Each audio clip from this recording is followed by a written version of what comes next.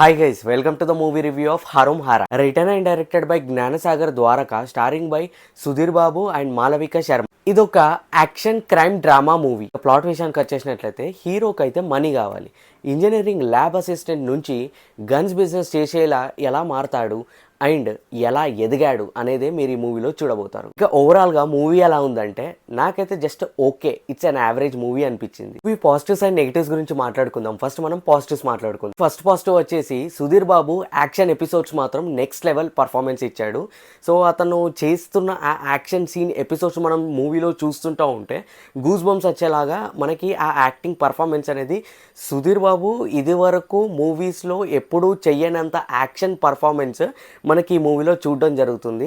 Biggest plus point అంటే action ఎపిసోడ్లో ఆ ఫైటింగ్ సీన్స్ నెక్స్ట్ లెవెల్లో వర్కౌట్ అయినాయి. సెకండ్ పాజిటివ్ వచ్చేసి ఆ గన్ కాన్సెప్ట్ ఏదైతే వీళ్ళు ఎంచుకున్నారో చాలా అద్భుతంగా ఉంది. అండ్ ఆ గన్ మేకింగ్ కాన్సెప్ట్ ఏదైతే ఉంటుందో అది చాలా ఎంగేజింగ్ అనిపిస్తుంది, రిలవెంట్ అనిపిస్తుంది.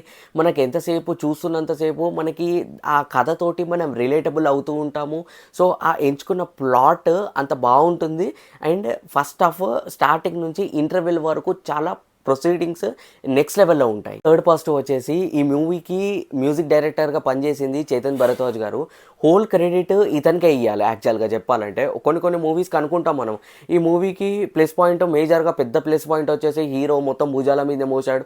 ఈ మూవీకి వచ్చేసరికి కంప్లీట్ డిఫరెంట్ అయిపోతుంది. చేతన్ భరద్వాజ్ గారు పర్ఫార్మెన్స్ మాత్రము అంటే మ్యూజిక్ ఇచ్చిన విధానము మనకు హీరో వస్తుంటే ఆ ఎలివేషన్ కానీ మనకి సాంగ్స్ వస్తుంటే ఉంటే ఆ సాంగ్ బీజిఎం కానీ హీరోకి సపరేట్ బీజిఎం కానీ ఆ వెపన్స్ తయారు చేయడంలో వెనుకలు వచ్చే వాకింగ్ స్టైల్లో బీజిఎం కానీ స్టార్టింగ్ నుంచి ఎండ్ వరకు మనకి చేతన్ భరద్వాజ్ గారు ఇచ్చిన మ్యూజిక్ అనేది ఇంపాక్టే గుర్తుంటుంది కానీ మూవీలో వచ్చే సీన్స్ కాదు. మూవీలో వచ్చే మ్యూజిక్ అరే మనం బయటకు వచ్చేటప్పుడు కూడా అరే మనకి సుధీర్ బాబు నడకలో వెనుకలు వచ్చే ఆ బీజిఎం ఎట్లా ఉందో నెక్స్ట్ లెవెల్ అనిపిస్తుంది కదరా అని అలా అనుకునేలాగా మనం డిస్కస్ చేస్తాం. సో మ్యూజిక్ మాత్రం నెక్స్ట్ లెవెల్ ఉంది. ఈ నెగిటివ్స్ గురించి మాట్లాడుకున్నట్లయితే మూవీ ఫస్ట్ నెగిటివ్ వచ్చేసి మనకి ఎమోషన్స్.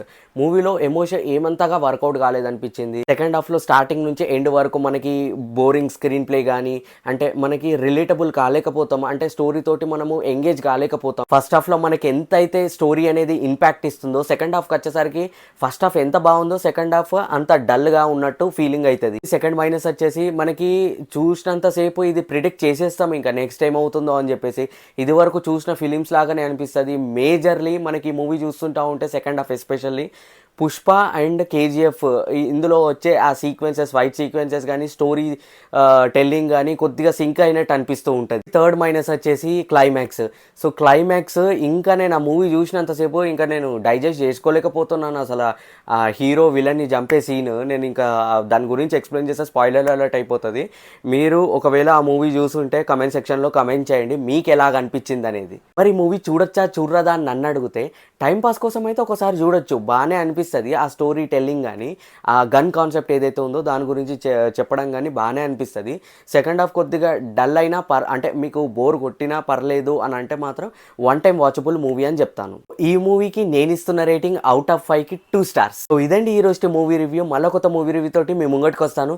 నా నుంచి ఒకటే చిన్న రిక్వెస్ట్ అండి, మన ఛానల్ని ఎవరైతే ఫస్ట్ టైం చూస్తున్నారో ఈ ఛానల్లో వచ్చే కంటెంట్ మీకు నచ్చినట్లయితే తప్పకుండా సబ్స్క్రైబ్ అనేది చేయండి, లైక్ అనేది చేయండి. సైనింగ్ ఆఫ్ మీ సుజన్ ఇన్సైట్స్. బాయ్.